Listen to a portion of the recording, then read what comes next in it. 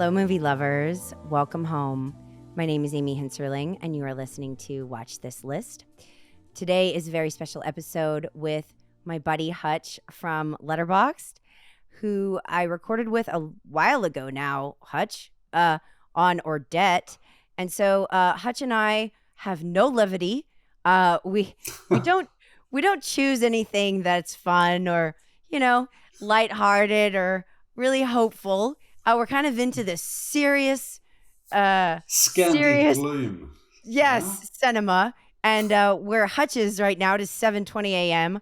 Not exactly in the hour of the wolf, I just realized, but close to it. My wolf hour is quite long. I see. It definitely extends into the past sunrise. Yeah. So Right.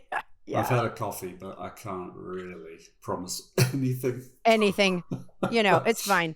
It's just Ingmar Bergman, just one of the greatest filmmakers of all time, and we're very relaxed about it. We're not nervous, and we're going to cover it well. That's right. right. Yeah. Well, I Right. like your positivity there because I'm Because right. he needs it. He needs some positivity. Actually, do you even like any of the comedies that he's done? A lot of people are not fans of him trying to do comedy. Trying to think Like, of a comedy. I mean, Smiles of a Summer Night oh, is a Smiles. lovely film. Yeah, I really Yeah, like that one. So, me too. but I can't. What other comedies does he do?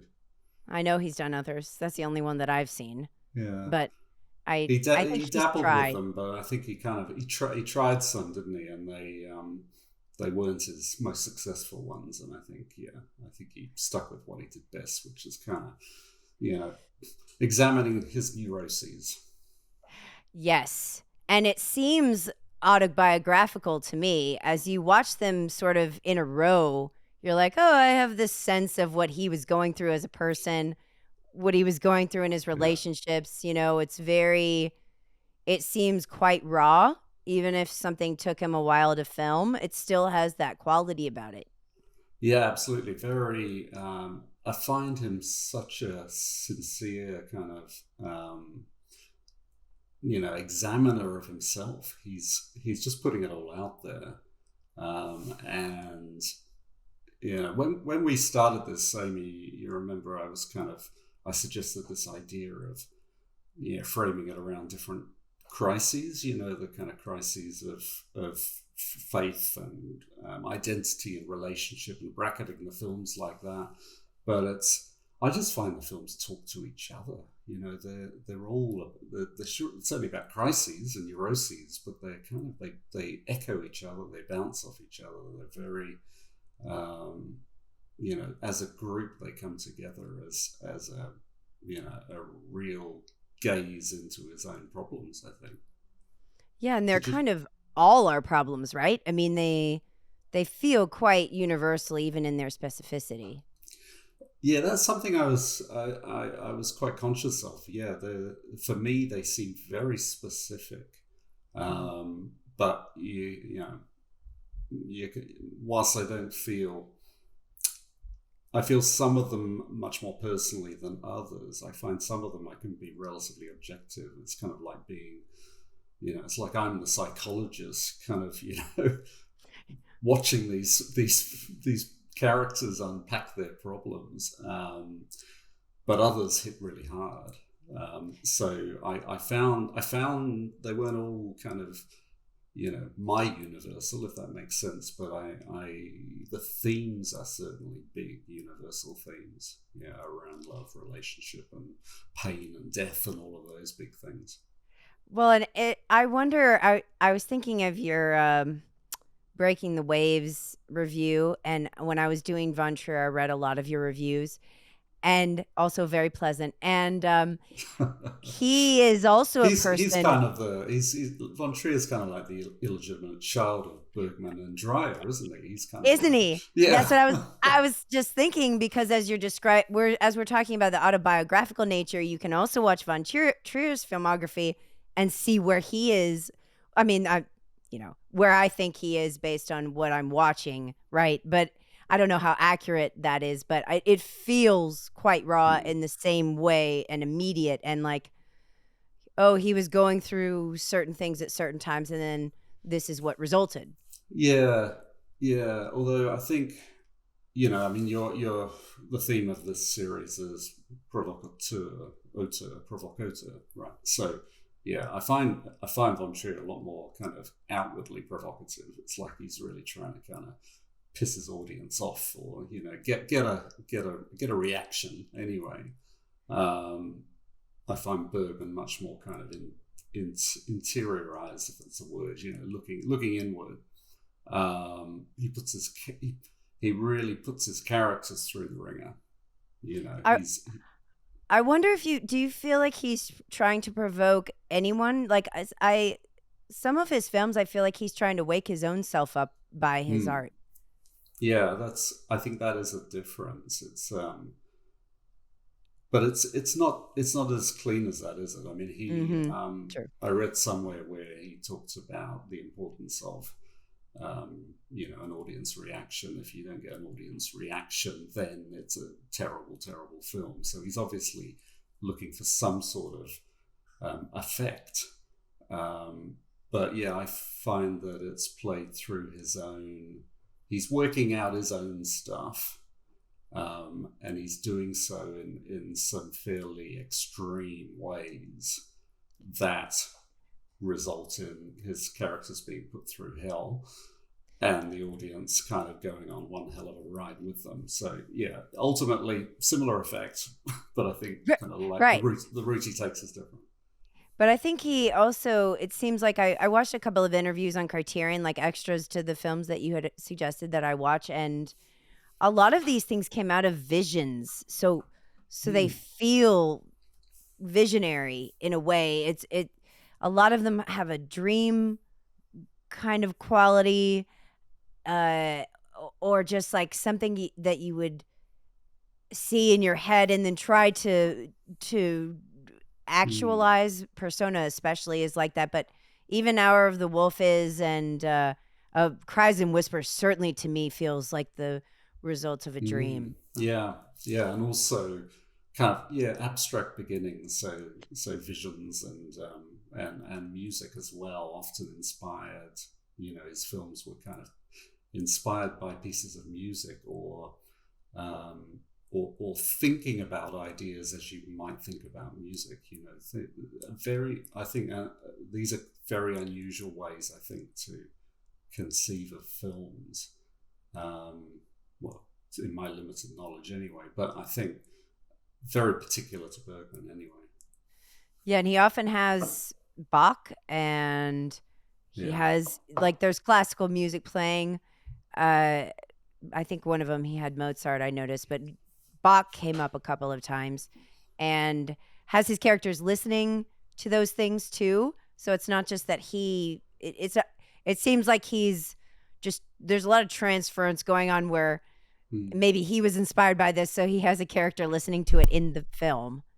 Yeah, I mean, I could probably talk to you for an hour on the music. It's for me, it's one of the most wonderful aspects of his filmmaking, because he uses it sparingly, but he uses it with such force, and a quiet force very often. Some of the films we're talking about, you've mentioned use of Bach, that comes up in Persona, comes up in Cries and Whispers, comes up, I think he's got some in Through a Glass Darkly. Yes, that's right. He does. And the silence as well. And, they have really important roles in each of those. And then in Autumn Sonata that we're also doing, there's an amazing use of Chopin to kind of really get inside the heads of the different main characters. So his use of music is interesting, and I've read that he thought that that music was actually his first love. So you think of him as kind of like a theatre director, Yes. someone who has come steeped in the theatre, working with actors, very much led from the script. But actually music was the thing that, if anything, he wished he could do. That's so that's fascinating. Sort of, Yeah. Yeah. There was a quote that was something like, if, it's a while since I read it, but it was along the lines of, if you had one thing left, what would it be? And it was music for him. So it says something about, I think, the musicality of his filmmaking. There's often kind of like a structural aspect of it that you can kind of see parallels with classical music anyway, and the way he thinks about dialogue and that sort of thing as well can be quite musical. I was about to say, because of the crescendo and the way that it's sort of. I was thinking about this actually in Scenes from a Marriage, because it's a longer one, and it was also the mini series, that it does have, it kind of is that way, like a song where it has to have a bridge and it has to have a chorus and it has to have that up and down nature, because it's not just the content itself, but it's also the pacing of it, and trying to, because it can't just be Who's Afraid of Virginia Woolf for 4 hours. You know what I mean? Where it's yelling and there's a lot of, do you know what I mean? Yeah. Just that movement of it. Yeah, I hadn't thought of that. It's a really good observation, and that is interesting as well, because I think it's probably the film that has no music in, or very, very little. I can't think of any music in that film. It's stripped right back, but as you say, it's kind of got that structural aspect to it that the film flows like music would over a long span. Exactly. Yeah, wonderful stuff. I know that was one of the films that resonated the most with you, and I know that some of them didn't. Yeah. So I'm really, really interested to learn from you why these great swings. Well, before we get into that, because I knew that we would, I really, I don't know the answer to this, and I'm very curious. Could you tell me how Bergman began for you? Like, oh yeah. Yeah, sure. Because you have, I really love you on Letterboxd in the way that you are often director centric, because I've been focusing on this is like the 16th episode now. And every time I get into one, I'm like, there's Hutch giving me like his top 25 of this director, top 25 of this one. So it's really nice that you're kind of inclined to do that in an interesting way. But I feel like Bergman was special for you in this way, but I don't know why. Yeah, well, I can't think of like the Bergman breakthrough moment. It was really, I came to Bergman in my kind of 20s, when I was first really exploring the kind of the so-called great cinema. So it was like really, really early days in being a cinephile, and this is back in the days of pre-internet, DVDs, free letterbox, yeah, DVDs, yeah. VHS. Yeah. I don't want to betray my age too much, but yeah, there was VHS was my go-to. But yeah, but I was living in London, and at the time there was a wonderful repertory cinema scene, and so there were a lot of these great films being played, and I just had this film education. I just went to the cinema and I just saw everything I could see. And with Bergman, it was, it's not so easy to read up on stuff. It wasn't back then. So, my references were things like Sight and Sound and those classic magazines. But his reputation was just one of doom and gloom, this kind of severe austerity and all of that. And that wasn't the experience I had. I remember seeing Wild Strawberries and thinking, wow, this is such a humanist film. There's a real kind of sense of hope that comes out of it. Smiles of a Summer Night, like we talked about, it was just pure enjoyment. And Fanny and Alexander, which is just a warm and wonderful film that charts the ups and downs of life, and in all its glory and misery. But it's a wonderful roller coaster of a film that remains one of my favorites. So I just wasn't seeing it. This kind of reputation. Even the Seventh Seal, which was kind of held up as his most famous, I kind of found it quite funny in a way. It was not a film that, I thought it was going to be deadly serious, and yet it was kind of a bit of an entertainment. And maybe that's because I was seeing it through a bit of a Monty Python lens or something. I don't know. But anyway, the only film that really kind of made me think, I see, was Winter Light. And that was the most, bleak, austere, slow and,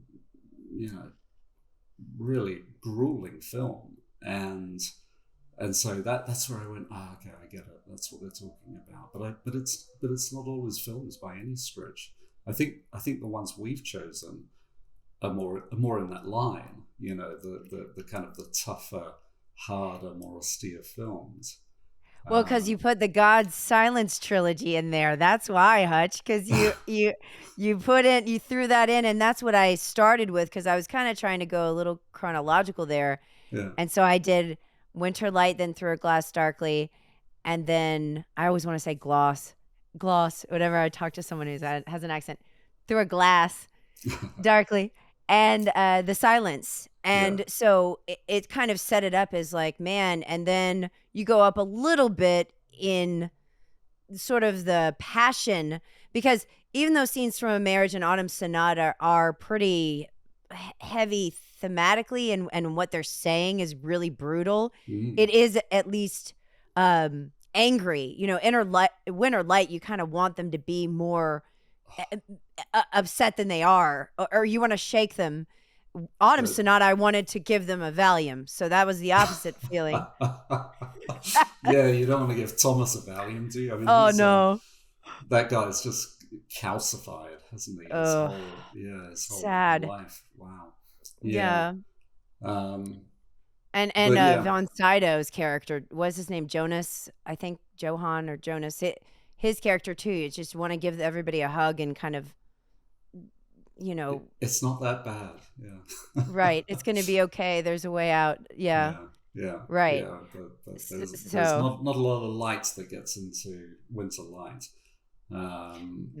But yeah, so look, Bergman for me is first and foremost, I think, quite a humanist director. I actually find, he's not anti humanity at all. I think what he does is he shows, how would I put it? I mean, a lot of it comes down to the good old, theme of love. But what he does is he shows it in the counterfactual. He goes, here is a scene without love. Here is a relationship without love. Here is where love has been overtaken, overwhelmed by illness and and sort of antagonisms and kind of lost miscommunications and all of those things that get in the way of love. But I think behind it there is actually a sense of hope. That actually it's not that the world is destined to be like this. This is what it's like when it's not there, is what he's showing us. So it's a kind of a subtle thing. I think it's easy to kind of just go in with the Bergman is gloomy. Bergman is is just putting up there all of life's neuroses and pains, and pointing out the absence of God all the time and this sort of thing. But I think he's mostly interested in understanding how people relate and what goes wrong. Yeah, and I think I'm sure that scholars have done this already, but if you break it up as far as like my experience of the ones that I watched, it seems like there's a wrestling of, does God exist? And like you can feel from him, this isn't I don't get this sense, I don't know if you do, where this is like a total convinced atheist making movies about the absence of God. It seems like what it is to me is, I was brought up religious. My father was religious. I can't shake this. Like I'm almost trying to prove the non-existence just so that I can like sleep better at night, and so uh that I can shed the trauma of it being so stern, and my father being what he was to me, Mm. in a godlike sense. It seems like he's trying to prove it to himself so that he can have some peace, but he can't because it's so ingrained in him as a Yeah. a young person onward. It's really complicated, isn't it? Because he, as you say, he was brought up a certain way. He kind of rejected it, Mhm. but you can never quite shake, those foundations, can you? There's the it's complicated by the fact that he didn't like his father. So there's that association. So is he rejecting God, or is he rejecting his father? For Seems his to be one of father's the, God. or his father's God. Yeah, is there another God that perhaps he can relate to? And yeah, so there's all of that, and yeah, um, he doesn't sort of take a definitive position. I think he just focuses on the silence. He sees all of these terrible things going on, and and goes, well, God's not exactly revealing himself, except maybe as a monstrous spider. But In the attic. Yeah. at the moment of people's need, where is he? It seems to be the thing that kind of recurs quite a lot. I think he was. I think he was.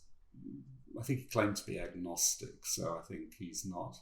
You know, and I think part of it might be. This is just speculation, but it might be that he wished there was one. That's what I Uh, mean too. I was going to say I think my conclusion was, especially from Through a Glass Darkly, I felt like here's a person who wishes that there were a God, but not the God that they know. Like not the hmm, harsh, the Fanny and Alexander, like the almost abusive, tyrannical, hmm. uh, you know, Yeah, the God that just stands by while humans kill each other, in and war. punishes people when they die, and Hmm, is like very rigid. And I think also, to a certain extent, especially in Hour of the Wolf, it's like all of his characters in Seventh Seal, of course, are searching. I think the characters themselves also want there to be something, and they're very sad when there isn't. If hmm, they feel, when they get to the nihilism stage, it's not very heartwarming. It doesn't seem like there's any relief hmm. there for No, them. no, not at all. And I think that recurs across many of the films, that there isn't really a there's no real consolation. You're just left kind of with emptiness, and this kind of absence and that sort of thing. Um, yeah, yeah. So that sounds a bit grim after I've just talked him up as being quite Quite a a le- hopeful quite a character. hopeful man. What do you think? This question just came to me. What do you think about? Do you think there's a correlation, in a way, between like searching for a perfect God and searching for the perfect woman?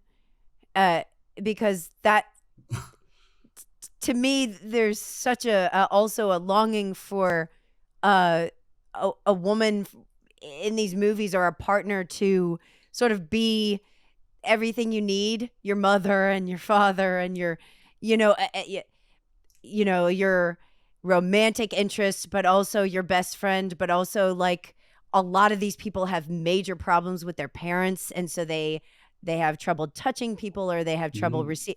So it's like, in the search for the perfect God, maybe there's something about, that I just have to sleep with so many women because I cannot get that God thing, you know. Yeah, yeah. Well, I don't know. I mean, he certainly did a lot of searching, didn't he? So, That's a nice way to say um, it. yeah, he. I mean, I read that he idolized his mother.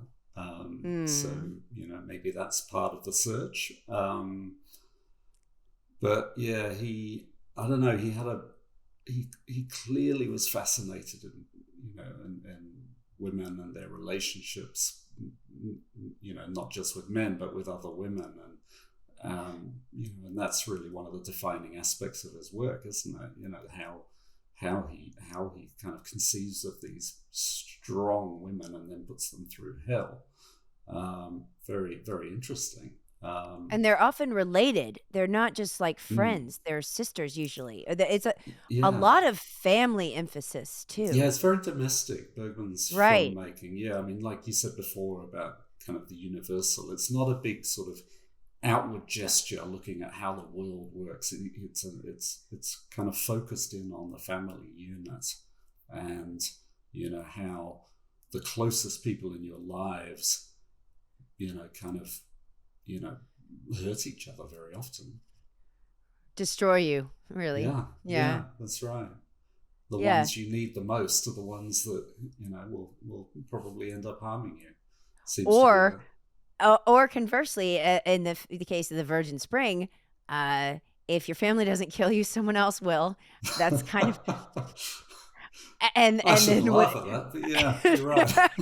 I mean, it's kind of like, we get just no peace is what I'm saying. Even in the Virgin Spring is kind of a healthier example of a family, but we can't allow that.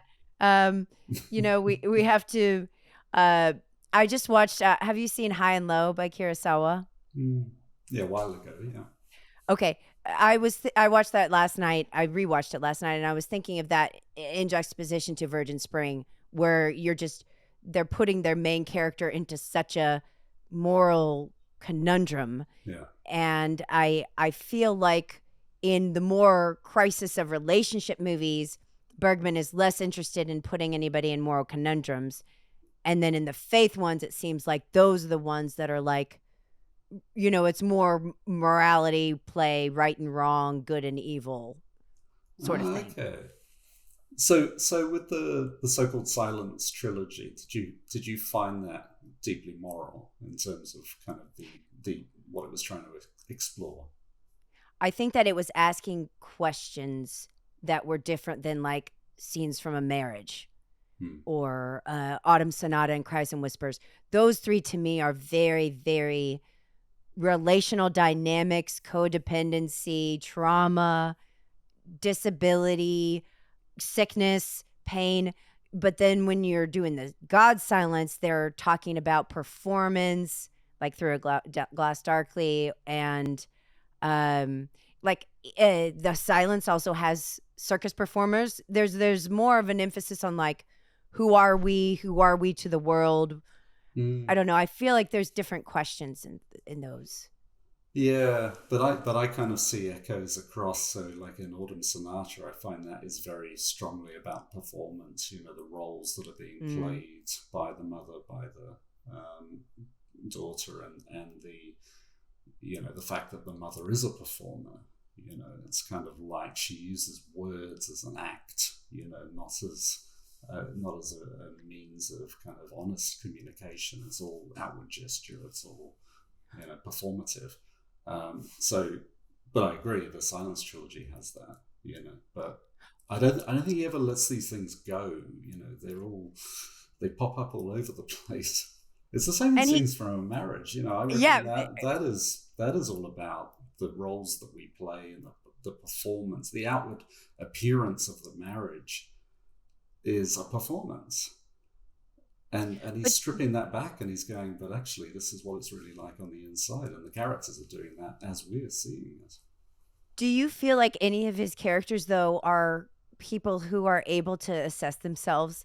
Because they seem so strongly self-deluded. Like Ingrid Bergman's character in Autumn Sonata, you could literally yell the truth in her face, and she does. And she's still, to me, there's an impenetrability of people to get out of their self-deceit to a certain extent. Yeah, that's a great observation. Yeah, because there's a hell of a lot of questing for understanding.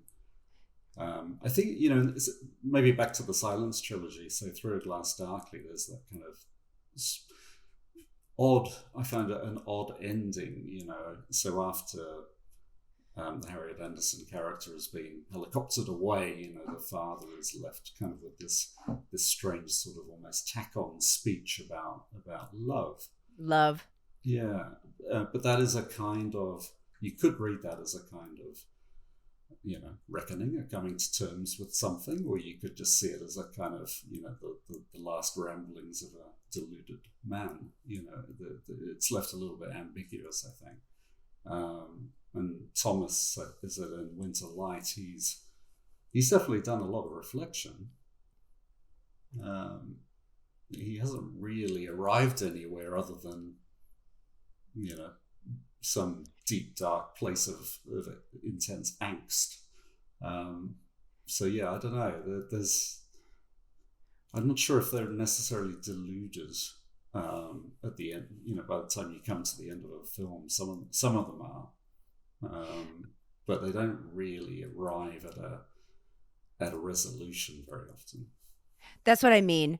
Like I feel like, to bring up Virginia Woolf again, at the end of Virginia Woolf, there is light, and there is, like, we have destroyed the illusion of, there's multiple things, but they get to a point of catharsis, and there is a change. Juxtaposed to, I actually thought about this in the end of Scenes from a Marriage. She has the nightmare. He's comforting her. This is like 20 years later. And then she kind of is freaked out. And it seems like in that moment, she is having an honest assessment of reality. Like, what are we doing? Are we just going to keep doing this? What's the point? And there is that. But that moment is what I long for, just generally speaking. And it's not in a lot of these. You're right. There isn't sort of a you know what I mean? A dent in the armor. Yeah, so there's a bit of a struggle for you there, is there? This is something that you tend to look for as a kind of some form of kind of, crisis leading to a kind of, I don't know, an outcome of some sort anyway. Is that a fair way of putting it? Maybe a revelation of reality, like something that helps you see what you wherefore to have not, like, somebody helps you see something that's true, and then you can heal. Because Cries and Whispers, the end, is kind of like nobody really dealt with anything, and it's just so tragic in that way. Is that one of the reasons you objected to it? Certainly not. That I do not need. There are plenty of bleak films, Hutch, that I can give 5 stars to, like Old Boy, for instance. That's what comes to mind. That's like, there's no hope, but that is a masterpiece. I think this one is the ways in which the women choose to rebel or express themselves feels retaliatory to me in a man way. Like, it seems like he's not just punishing his characters. It's like he's trying to hurt women. You know what I mean? There's like a mean-spiritedness to it that I just really bothers me because it feels too authentic. I don't know. Does that make sense? Yeah. I've kind of struggled with that at times with his filmmaking, and Cries and Whispers is one that I definitely felt that watching it before this time. But I'm sorry to say, this time it really worked for me. Please tell me why. I would love to be enlightened on this, honestly. Well, I don't know if I can dissuade you from your view about how he's kind of got it in for the women characters there, because I mean that's pretty hard to kind of avoid. I think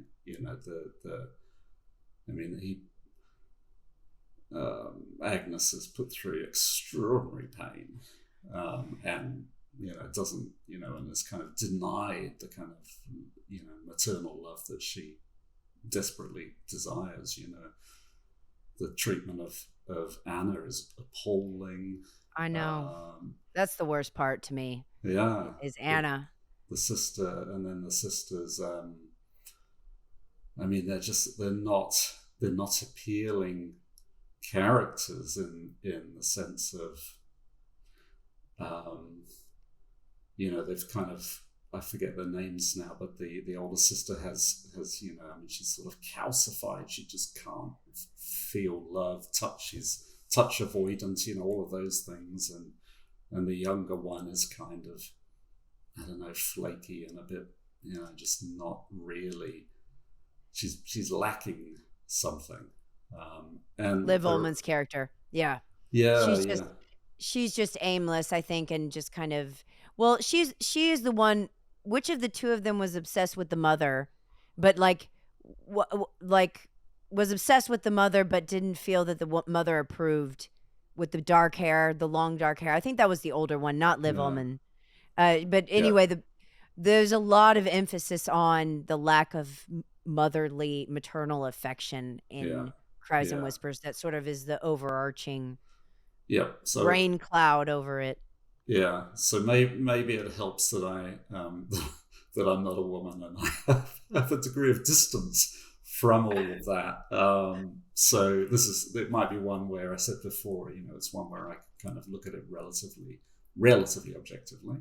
And why I liked it this time, I just found it really, I found it absolutely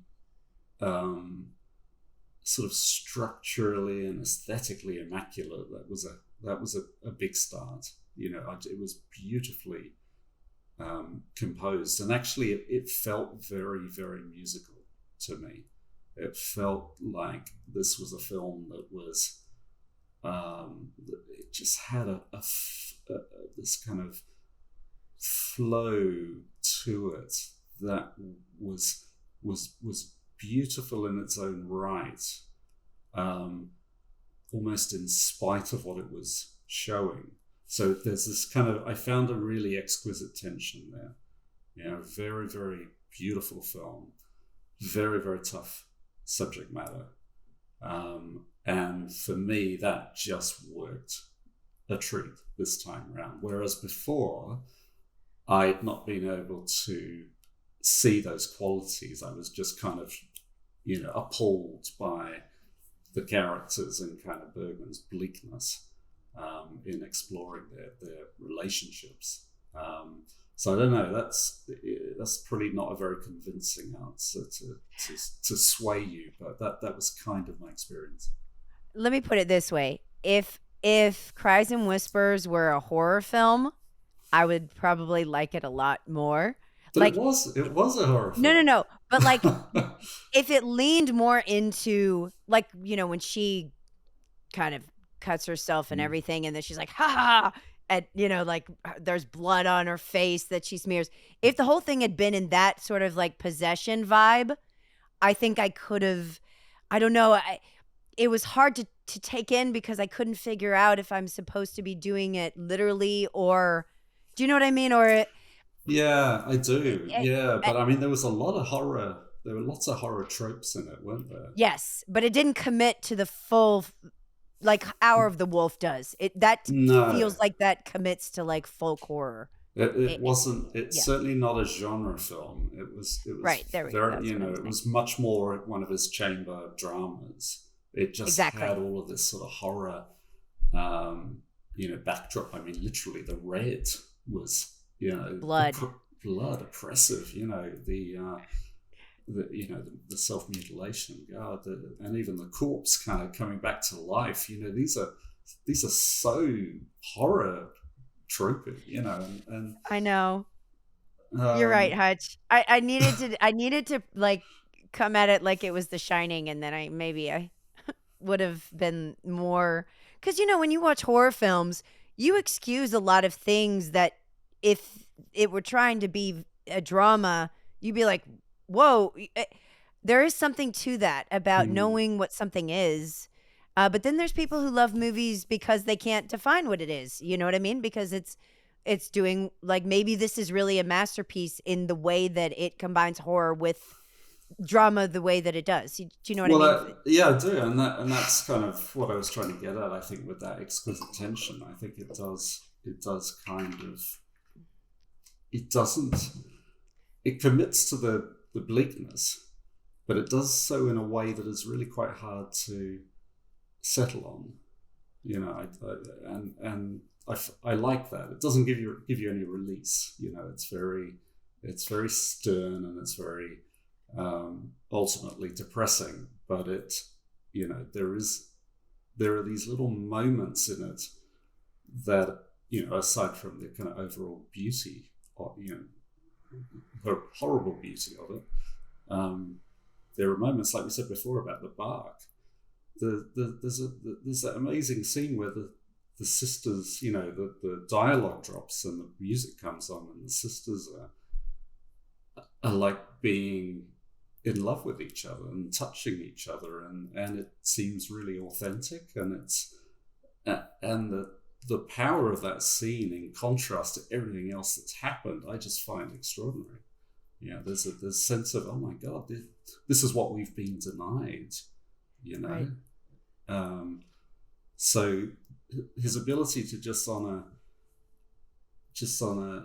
dime to just switch to that and kind of provide this momentary glimpse into another world is just extraordinary. And the same thing happens with the dream sequence as well. You know, there's suddenly you see what Agnes you know, kind of longs for, you know, through the act of a dream, which is so horrible in its own right. You know, it's withholding reality by, you know, presenting it as a dream. This is not real. It will not be real. This is hopeless. She's just going to die an agonizing death. Okay, so on that note, if everything that you just said, a lot of what you just said, I felt like could have also be applied to Persona. So if you take, like, these are sort of maybe not two sides of the same coin, but I think they're very related. And Persona is maybe one of the only examples where it really isn't familial. It isn't domestic. It is two people who, well, you know, I don't know how much we can take. I don't know. Persona is like, when you get to the end of that movie, you almost feel like you could watch the movie in two completely different versions. And, you know, because sometimes I'm like, I don't know which character I'm supposed to be watching. I don't even know who Elizabeth is. I don't know who Alma is. And so there's this, that to me is like what I'm asking Cries and Whispers to be in a horror sense, where Persona works really, really well on an eerie, things are not as they seem way. And it's kind of magical in that way. Partly because we haven't even mentioned Nyquist. Like the DP to me is like, if we didn't have him on all this stuff, I don't know what it would be. You know what I mean? And as Persona to me is personification of that. Absolutely, quality. Yeah. Well, and I mean, Cries and Whispers in a different way as well. I mean, so much of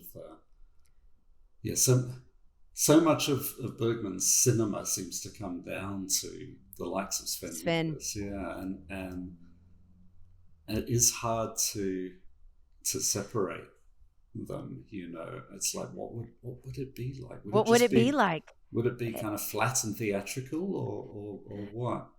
Or stagey? Yeah, I think it would.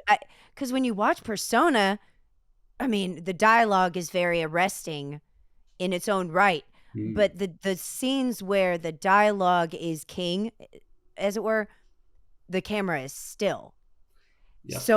So beautifully framed, always always. Yeah. But it is kind of static as opposed to, and then the rest of the time you're just like, oh my gosh, look at this visual. Look how, I mean, the child getting out of the bed at the beginning and the hand and the, there's so many choices where you're just in awe. And I don't know if that's Bergman. I don't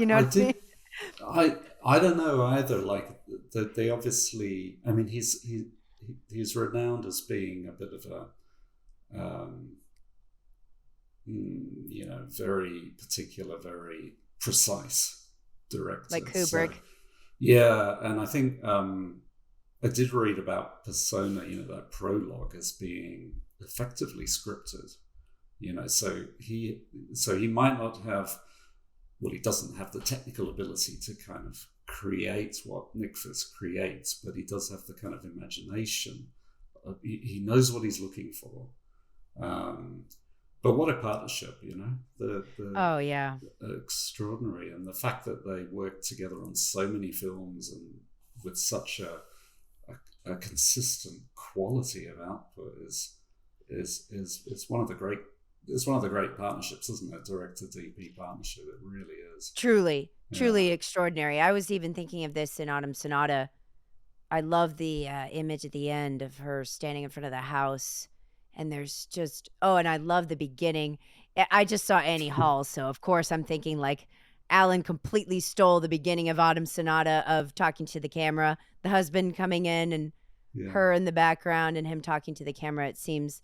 But I mean, you could be watching a Bergman film and then all of a sudden someone talks to the camera and you're like, well, yes, this isn't odd at all. It makes perfect narrative sense somehow, an emotional sense, how he does that, How did you find that kind of the intrusion of theatrical devices, like that, the way sometimes the characters kind of voice their thoughts, sometimes there's a direct address to the camera to kind of fill in a few gaps, those sorts of things, all the breakings of the fourth wall, there's a lot of theatricality to it. How did you find that? What was your response? I think the ones that stand out to me are Hour of the Wolf. Liv Ullmann's character reads the letters, the journal at the beginning and the end. But then in Persona, Alma in the car reads, she's reading the letter, but then you hear Liv Ullmann's voice reading it. There's a lot going on, I think, between the words and the voices, like almost like a way to unify or blur identities and boundaries. So like when she reads it in Hour of the Wolf, she's not reading her own journal, she's reading his. So I don't know. I don't know that anybody sort of, maybe the husband in Autumn Sonata is the person that is actually narrating his own thoughts as he sees it. And yet he's such a peripheral character in the grand scheme of things. Yeah. Right. He sort of steps in as a bit of a, he provides a bit of the kind of contextual backdrop and, introduces a few themes and then sort of sits fairly passively on the sidelines while his wife and her mother tear each other to shreds. It's quite a... Oh, yeah. Isn't her mother a force of nature? Goodness. She is just the worst. Like, just the worst. I hope that wasn't his father. Like, I hope that wasn't a depiction of that, because it's just... Yeah. It's... Do you feel like those devices are somewhat... Like, do you feel that they're effective, or do you feel at all that they're ever sort of pretentious? Or, I mean, do you think he's just using it to be different? I don't, but do you ever get that sense? No, I think he's bringing what he knows from the theater, I think, and he's finding cinematic, forms, that kind of they're able to use it. But I think one of the things he uses those sort of things for is to provide a distancing effect, because it makes you go, oh, hang on, this is a film, just as it would if you're watching a play. There's that sense of distance, and that does a few things. It sort of stops you from fully kind of becoming the characters. You step back from that sort of total, empathetic response to the characters. You become more objective about it. That's how I feel anyway. And that has some interesting kind of consequences, one of which is that it really exposes the characters and the performers. It's like in Persona, great performances, but you always know you're watching a film. You know, it's so cinematic.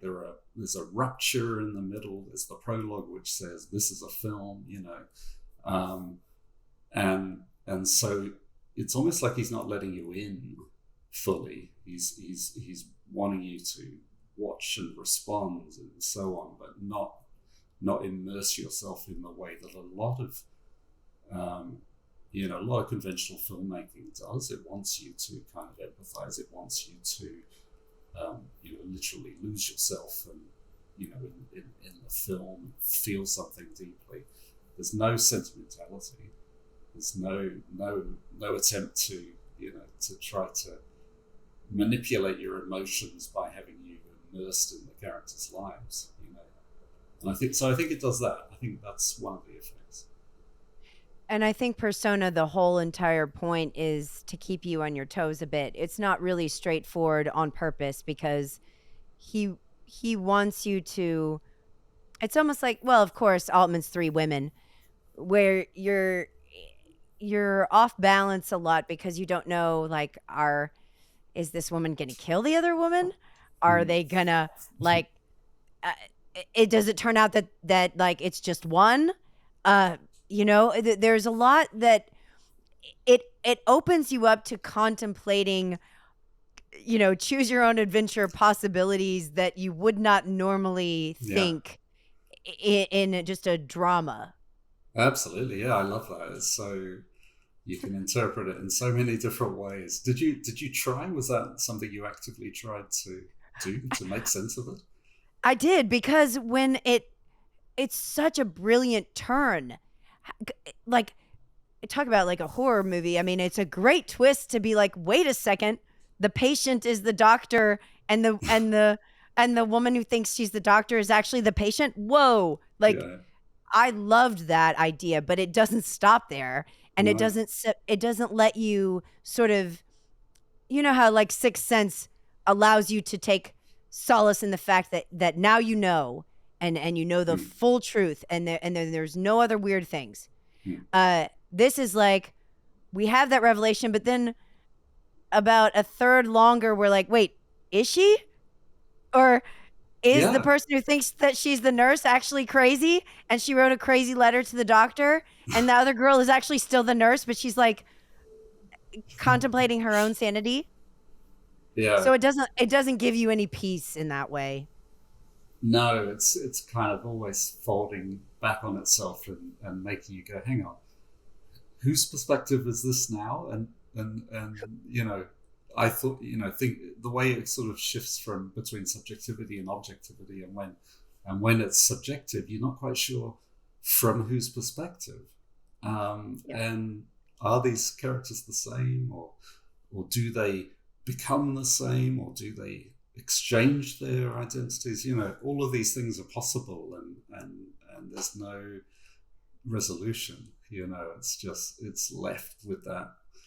It's full of abstraction and full of ambiguity, and it's another of those examples of exquisite tension that I love. Exactly. In his films. Yeah. What do you think of the soliloquy of Alma's story? Like, I love that part, and I don't know. I think you've seen more Bergman than I have. Has that sort of?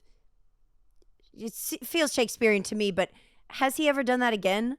Like, is there any other of his where somebody just tells a story for a length of time, and it's such a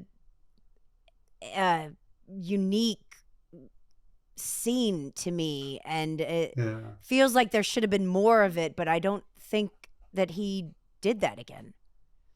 That it feels like like Hamlet, like a soliloquy, except someone else is there.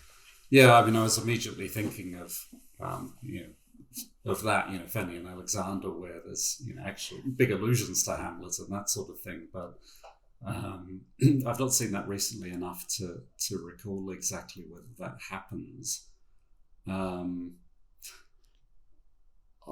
I don't know. I think you're onto something there. I don't know. Nothing comes to mind to that extent, but there is a lot of most of his films. The Silence probably not so much. have an awful lot of talking. There is people have their pedestals at times to say what they think, and so probably Scenes from a Marriage is the one that jumps out as because it's so sort of stripped back to two main characters, and they have some extraordinary conversations. And I can't quite remember a good example, but there are times when one of them is definitely taking the floor, more than It the just other. seems like kind of Eyes Wide Shut, where Nicole Kidman has that whole thing about her sexual experience with the Navy guy. Have you seen Eyes Wide Shut? Yeah. Okay. Like that, where someone they're not just telling a story, they're sort of confessing, and it's very Yeah. explicit, but it's like you're so glued to it, Yeah. and there's really nothing going on. I find that very powerful, that that we're Me really too. Yeah. drawn to that. You know what I Yeah. mean? And in the As context people. of the film, it Hmm. works just like that for the characters as well, because you really get a sense of the character listening and being absorbed into the story, and through that into the nurse's character. It's not just a really well written soliloquy that catches you and draws you in and shocks you and all of that stuff. It's very thematically precise, I think. So yeah, it's a great scene, isn't it? It's did Alan ever steal that? Did who? Woody Allen? Allen, yeah. Oh, Woody Allen. Oh my gosh. He's taken I mean, he even used Sven for like I know. uh Yeah. Crimes and Misdemeanors. That I remember we just rewatched that. My dad and I love Crimes and Misdemeanors, and we rewatched it, and we were thinking like, man, this cinematography is kind of almost better than the film. And then it was like, oh, well, this is Bergman's Yeah, DP, yeah. so I that think makes I think sense. I think Jean-Luc Godard stole that Bergman soliloquy, and I Oh. can't remember which film he did, but he had a similar moment in one of his films that I think was um, a direct homage to that particular moment. I know Eyes Wide Shut is like that, because that's the first thing I thought of. I was like, Kubrick Yeah, totally has seen this movie Kubrick because Kubrick was a big Bergmanite. oh, okay. Yeah, Well, there we go. Because it's kind of like Kurosawa in the sense that when you watch things like this, I mean, they're so blueprint and mm. seminal, and it's like, I we have like all these filmmakers that came afterwards that have iterations, but you really kind of can't get that quality. It Mm. feels so excellent and polished and just revelatory, just about the human experience as well. Like you love the humanism stuff, and I think I think Bergman just hit that so well. And the Yeah. thing is, he does it. It's very sincere, and that for me that really stands out against a lot of films that are made now. I find a lot of films made now are kind of very knowingly ironic, and there's a bit of a wink to the audience, in terms of what they're showing. So in that sense, he almost feels old-fashioned. There's a kind of this sincere seriousness about these films that I kind of miss amongst modern filmmakers. I can't. Well, Yeah. well, you love what's his name, Tsai Ming Liang. Yeah. You love his films, and I think that is. I mean, those. It'd be hard to compare those two, film wise, but in a way, that one his movies are so vulnerable and so sincere. I would Yeah. describe his films as quite vulnerable and genuine, Yeah. and coming out of real experience, not just Yeah. made up Yeah. No. stories. Yeah. That's true. And but with a very different Yes. style, and Oh, for sure. They have no similarities as far as the way they look. But yeah. Yeah. I just wonder if the soliloquy is just sort of a representation of how we're drawn to that quality in films. Like we want to feel that they are real to the creator of them. Oh, okay. Can you explain that a little more? Like My coffee's wearing off. like where like what you just said, that new filmmakers feel like they're doing a wink and a nod and they're Yeah. not necessarily putting themselves in it. But Ah, when you watch Bergman films, you feel Bergman. yeah. I mean, you get a sense of him, or you at least feel that you do, and I think we resonate with that very much. Yeah, and that's one of his big. I mean, as an auteur, that's one of the defining characteristics, isn't it? It's like he is in all of his films. You can sense that. You can sense the author in all of these films. Even when he's experimenting with form and pulling in aspects of different genre. It's still very much his authorial voice behind it all. So yeah, I do like that. It's even though he's not necessarily the nicest guy. I mean, he's certainly he'd probably struggle, I think, in the 21st century with some of his kind of the ways in which he treated some of his cast and crew at times and that sort of thing. And yet he seemed to create an enormous loyalty amongst them. The fact that they kept coming back and working with him, and and it's. I think he famously managed to have a really tough time with Ingrid Bergman. At the end of her career, she wasn't taking any nonsense, but it's probably a great claim to fame to have been slapped by Ingrid Bergman. But Bergman. yeah. Okay, so to end, Hutch, tell me, what is your favorite of his films? Like, what's at the top of your list on Letterboxd, and then tell me what you think is his most provocative. Okay, well, my favorite is Fanny and Alexander, which we didn't obviously study as part of this. I have the box set, though. I paid like $80 for I have the beautiful Criterion box set. It's wonderful. It is wonderful. Yeah, it is. So that is such a wonderful film in that it pulls together so many of the different threads of his career, and finds a new way, a new form, and really, I think the thing that it does probably a little bit more uniquely is kind of really focusing on a child as the kind of central character, and through that sense of innocence and kind of like the possibility of hope and that sort of thing. But also, and most importantly of all, I think the wonderful power of imagination. It's imagination that is the life force of this child. It's the thing that keeps him going when things are tough. And his openness to that is almost like a wonderful a wonderful conclusion for Bergman's career, because it's kind of echoing back on Bergman and going, yeah, this is actually what made you such a great director over such a long span of time, was you were always inspired by this kind of the act of creation and the imagination of new forms and wonderful writing and all of that sort of thing. So I love that film to bits. In terms of provocative,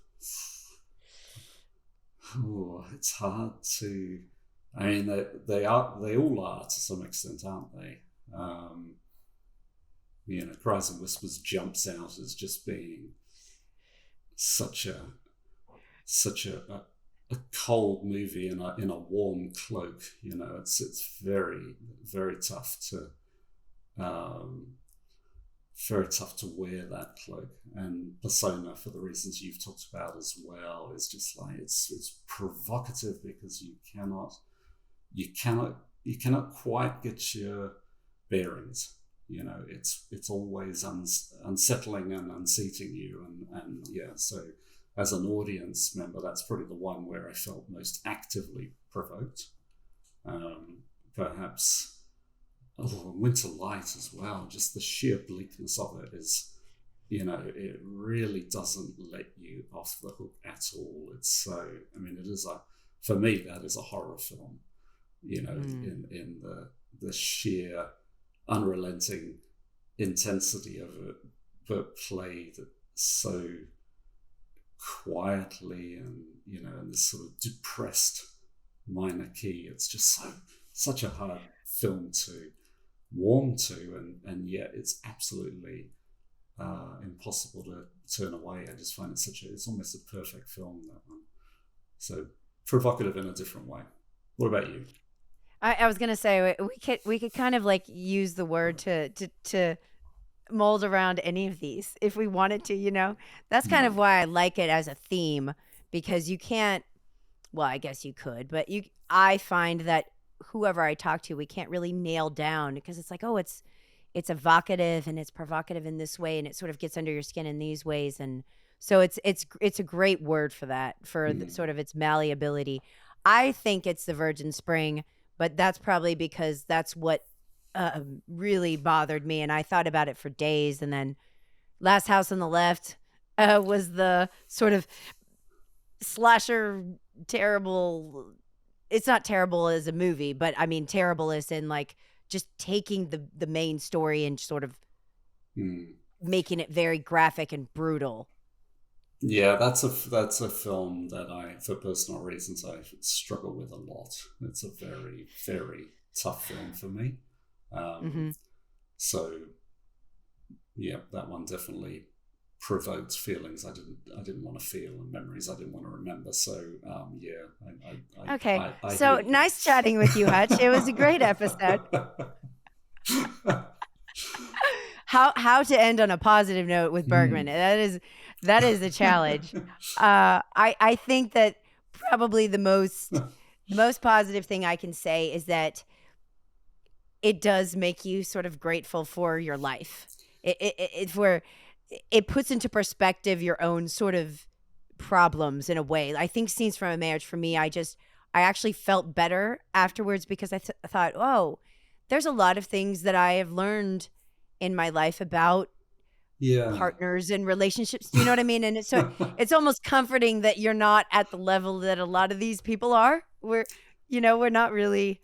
That's what I meant by the the counterfactual. It's like he's showing you what not to do, and